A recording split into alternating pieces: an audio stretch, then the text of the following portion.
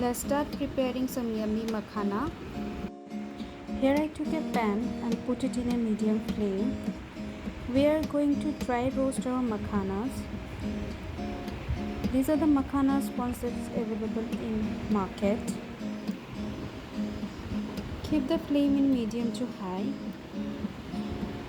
and roast the makhanas nicely. It will take near about 5 minutes. We will roast it till it gets crunchy. Yes, our makhanas are roasted nicely. Now, let's take a fresh pan, add some ghee. I am starting with sweet makhana, that is adding some jaggery with the ghee and giving a nice sweet taste to it. It's better to use jaggery instead of processed sugar.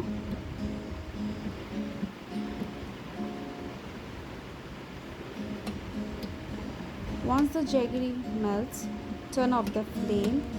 Quickly add the roasted makhanas and fold it nicely in the jaggery.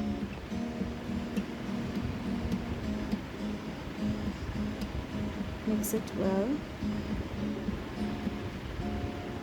Add some sesame seeds. Mix it again. Try it once, you can't stop till you finish it. It's totally yum and good for health.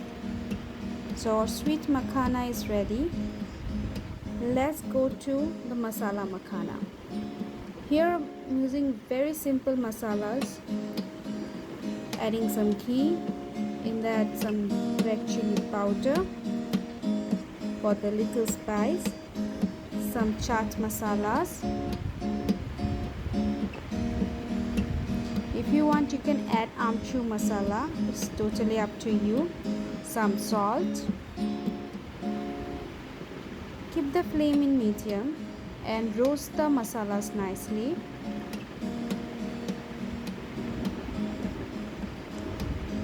Add the roasted makhana. Keep the flame in low.